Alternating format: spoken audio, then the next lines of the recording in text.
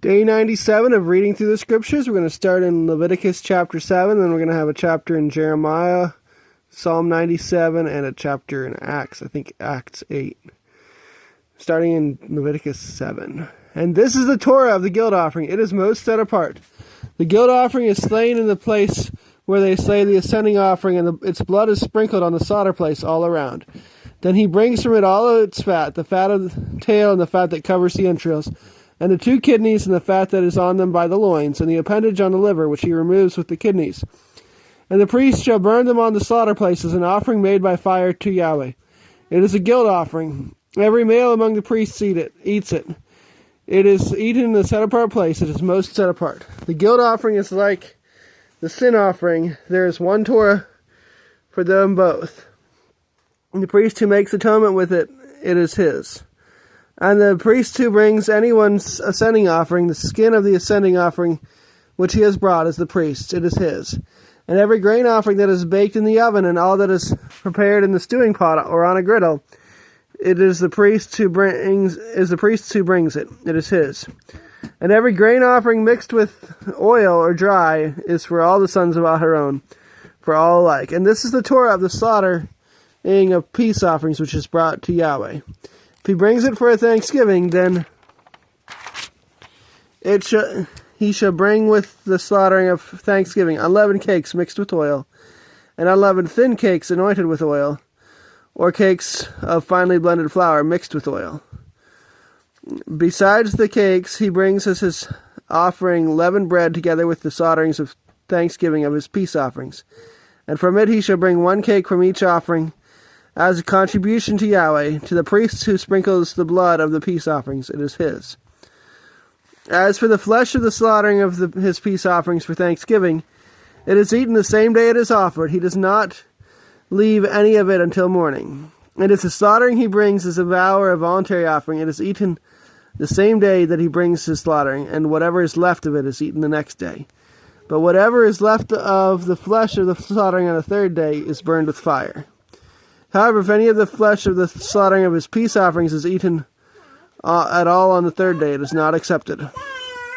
It is not reckoned to him who brings it. It is unclean to him, and the being who eats it bears his crookedness. And the flesh that touches that which is unclean is not eaten.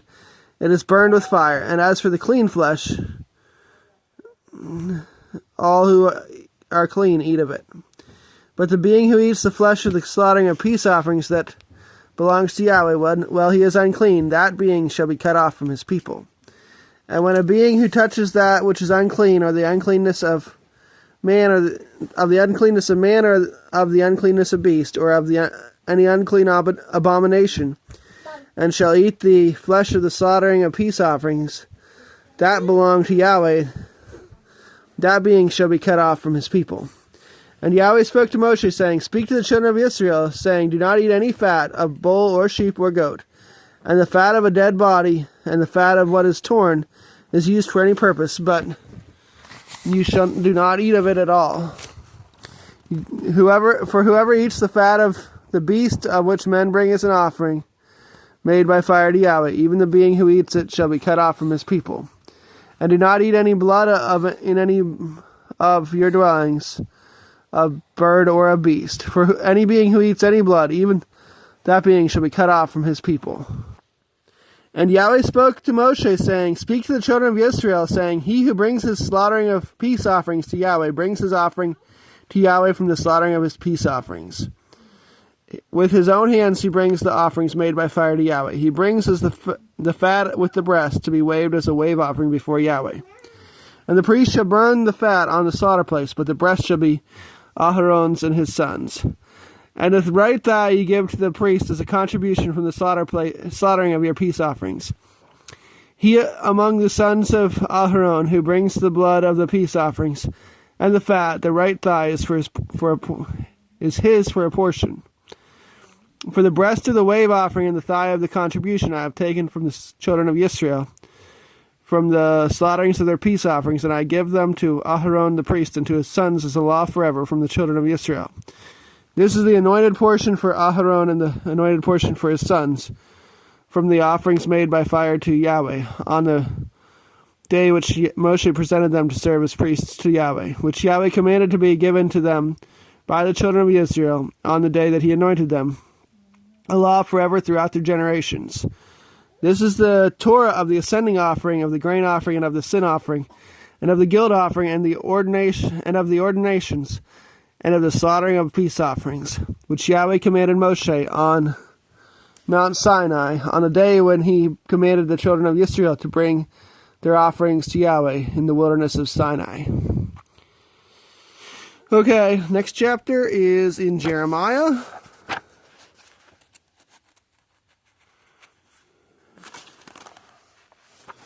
Alright, that marker's not at the right spot, so that might mess me up tomorrow, but... Okay, Jeremiah chapter 31. Are we on 30 or 31? Alright, today is an odd number day, and we're in Jeremiah, those were all odd, so I'm pretty sure it's 31. I don't know if I read 30. You can tell me in the comments if I missed 30. At that time, declares Yahweh, I shall be at the Elohim of all the clans of Israel, and they shall be my people. Thus said Yahweh, a people escaped from the sword found favor in the wilderness, Israel, when it went to find rest. Yahweh appeared to me from afar, saying, I have loved you with an everlasting love, therefore I shall draw you with loving commitment. I am going to build you again, and you shall be rebuilt, O maiden of Israel. Again you should take up your tambourines and go forth in the dances of those who rejoice. Again you shall plant vines on the mountains of Shemaron. The planters shall plant and treat them as common. For there shall be a day when the watchmen cry on Mount Ephraim, Arise and let us go up to Zion, to Yahweh our Elohim. For thus said Yahweh, Sing with gladness for Yaakov, and shout among the chief of the nations. Cry out, give praise, and say, O Yahweh, save your people, the remnant of Israel. See, I am bringing them from the land of the north, and shall gather them from the ends of the earth. Among them the blind and the lame, those with child and those in labor, together a great assembly returning here. With weeping they shall come, and with their prayers I bring them. I shall make them walk by rivers of waters, in a straight way in which they do not stumble. For I shall be a father to Israel and Ephraim. He is my firstborn. Hear the word of Yahweh, O nations, and declare it in the isles afar off, and say, He who scattered Israel gathers him, and shall guard him as a shepherd his flock. For Yahweh shall ransom Yaakov, and redeem him from the hand of one stronger than he. And they shall come in, and shall sing on the height of Zion, and stream to the goodness of Yahweh, for grain, and for new wine, and for oil, and for the young of the flock and the herd. And their being shall be like a well-watered garden, and never languish again. Then shall a maiden rejoice in a dance, and young men and old together. And I shall turn their mourning to joy, and shall comfort them, and shall make them rejoice from their sorrow, and shall fill their being of the priests with fatness. And my people shall be satisfied with my goodness, declares Yahweh. Thus said Yahweh, a voice was heard in Ramah, weeping, wailing, bitter weeping, Rachel weeping for her children, refusing to be comforted for her children, because they are no more.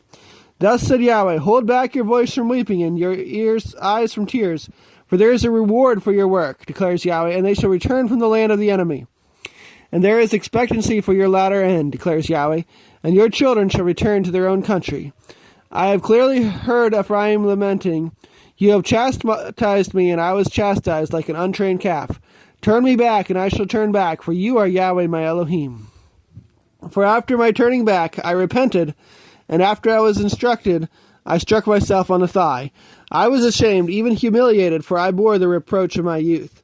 Is Ephraim a precious son to me, a child of delights? For though I spoke against him, I still remembered him. That is why my afflictions were deeply moved for him. I have great compassion for him, declares Yahweh. Set up signposts, make landmarks, set your heart toward the highway, for the way in which you went. Turn back, O maiden of Israel, turn back to these cities of yours. Till when would you turn here and there, O backsliding daughter? For Yahweh has created what is new on earth. A woman encompasses a man. Thus said Yahweh of hosts, the Elohim of Israel, let them once again say this word in the land of Yehuda and in its cities, when I turn back their captivity.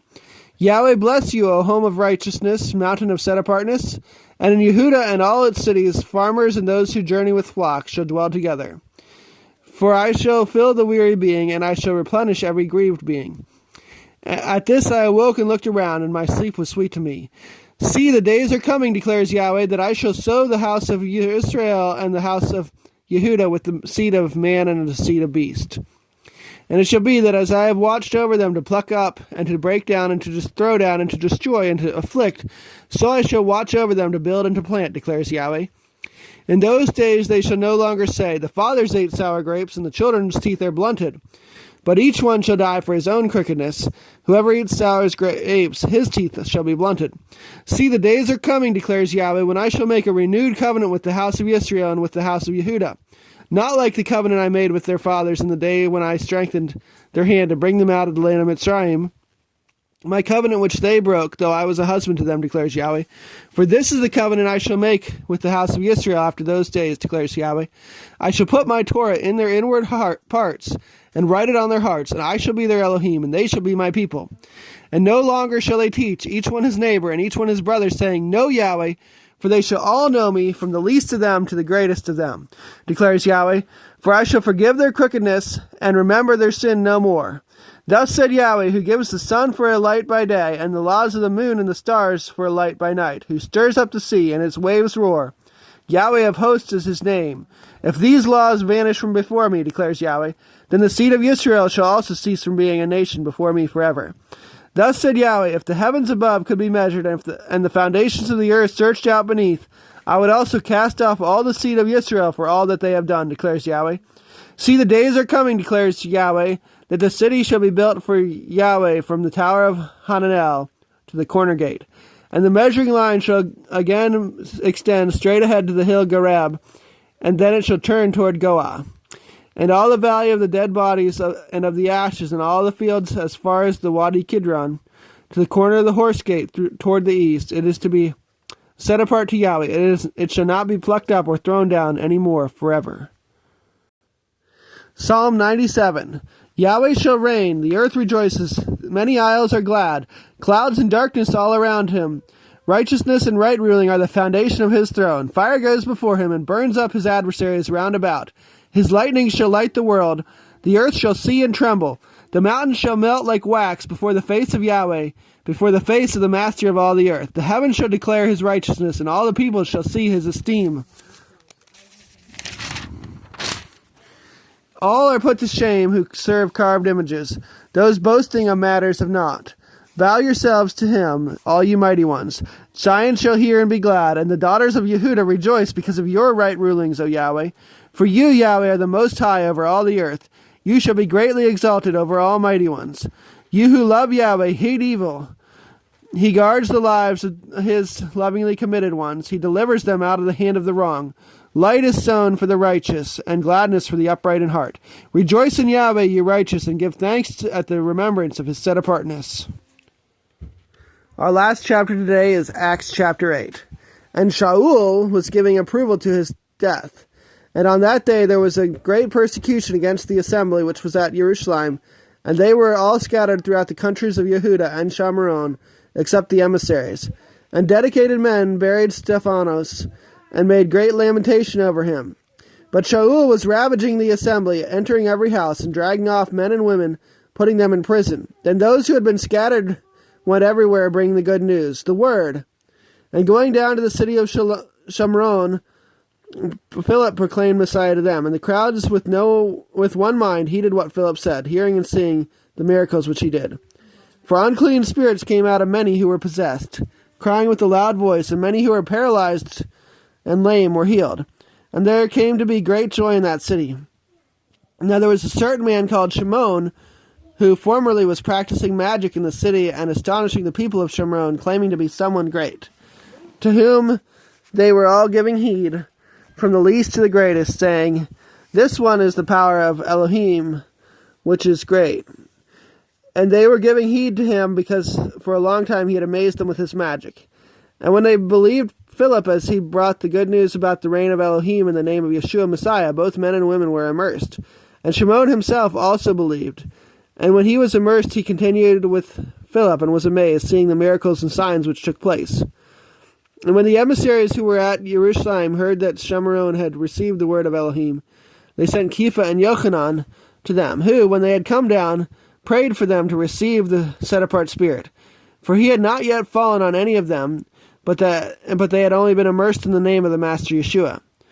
Then they laid hands on them, and they received the set-apart spirit. And Shimon, seeing that through the laying on of the hands of the emissaries the set-apart spirit was given, he offered them money, saying, "Give me this authority too, so that anyone I lay hands on shall receive the set-apart spirit."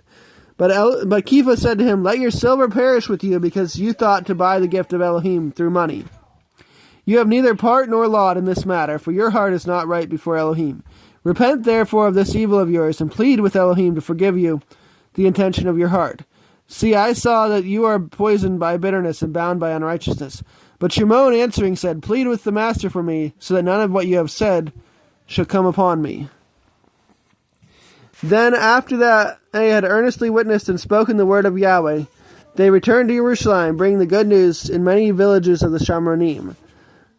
But a messenger of Yahweh spoke to Philip, saying, "Arise and go toward the south along the way which goes down from Jerusalem to Azza." This is towards Gaza. This is desert. And he arose and went and saw a man of Cush, a eunuch of great authority under Candace, the sovereigness of the Cushites, who was in charge of all her treasury, and had come to Jerusalem to worship, and was returning, and sitting in his chariot, he was reading the prophet Isaiah. And the Spirit said to Philip, "Go near and join him in that chariot." And running up, Philip heard him reading the prophet Yeshayahu, and said, "Do you know what you are reading?" And he said, "How am I able, unless someone guides me?" And he called Philip near to come up and to sit with him. And the passage of the scripture which he was reading was this: "He was led as a sheep to slaughter, and like a lamb silent before its shearer, so he opened not his mouth. In his humiliation he was deprived of right ruling, and who shall declare his generation? Because his life was taken from the earth." And the eunuch, answering Philip, said, "I ask you, about whom does the prophet say this, about himself or about some other?" And Philip, opening his mouth and beginning at this scripture, brought to him the good news, Yeshua.